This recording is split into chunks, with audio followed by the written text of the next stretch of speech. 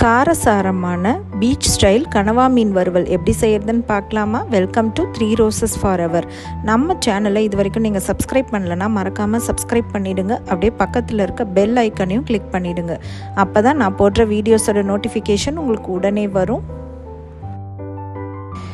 கனவா மீனை இந்த மாதிரி க்ளீன் பண்ணிவிட்டு குட்டி குட்டி பீசஸாக கட் பண்ணிவிட்டு நல்லா வாஷ் பண்ணி எடுத்து வச்சுருக்கேன். இப்போ இதில் ஒரு அரை ஸ்பூன் அளவுக்கு மஞ்சள் தூள் சேர்த்துக்கோங்க. அரை ஸ்பூன் அளவுக்கு கரம் மசாலா, ஒரு ஸ்பூன் அளவுக்கு சில்லி பவுடர் சேர்த்துக்கோங்க. கலருக்காக கொஞ்சமாக காஷ்மீரி சில்லி பவுடரும் சேர்த்துக்கோங்க.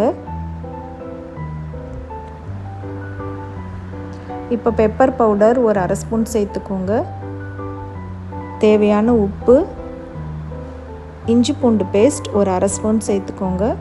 இப்போ இதை எல்லாத்தையும் நல்லா மிக்ஸ் பண்ணிக்கலாம்.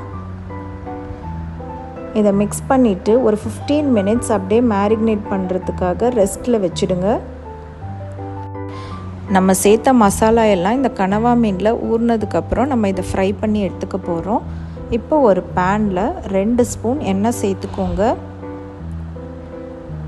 எண்ணெய் நல்லா காஞ்சதுக்கப்புறம் நம்ம மேரினேட் பண்ணி வச்சுருக்க கனவா மீனை உதிர்த்துட்டு சேர்த்துக்கோங்க.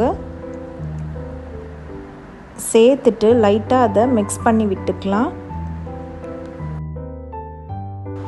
யூஸ்வலாகவே கனவா மீன் தண்ணீர் விடும். ஸோ அதனால் அந்த தண்ணியெல்லாம் வத்துற அளவுக்கு நல்லா மிக்ஸ் பண்ணி எடுத்துக்கோங்க. இப்போ பாருங்கள், இதுலேருந்து தண்ணி ரிலீஸ் ஆக ஆரம்பிச்சிடுச்சு.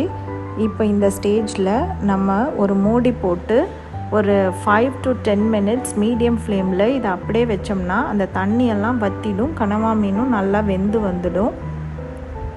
இப்போ பாருங்கள், ஒரு 5 to 10 மினிட்ஸ்க்கு அப்புறம் இந்த அளவுக்கு சுண்டி வந்திருக்கு.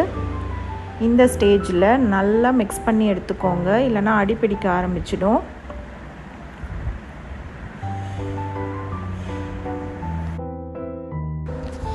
இப்போ தண்ணியெல்லாம் வற்றி இந்த மாதிரி ட்ரையான ஸ்டேஜ் வந்ததுக்கப்புறம் ஸ்டவ் ஆஃப் பண்ணிவிட்டு மேலே கொஞ்சம் கருவேப்பிலை தூவி இறக்குனீங்கன்னா பீச் ஸ்டைல் காரசாரமான கனவா மீன் வறுவல் ரெடி. இந்த ரெசிபி உங்களுக்கு பிடிச்சிருந்ததுன்னா வீடியோக்கு ஒரு லைக் கொடுத்துருங்க. அப்படியே உங்கள் ஃப்ரெண்ட்ஸ் அண்ட் ஃபேமிலிக்கும் ஷேர் பண்ணிவிடுங்க. இந்த மாதிரி இன்ட்ரெஸ்டிங் ரெசிபீஸ்க்கு நம்ம சேனலை மறக்காமல் சப்ஸ்கிரைப் பண்ணிவிடுங்க. தேங்க்ஸ் ஃபார் வாட்சிங்.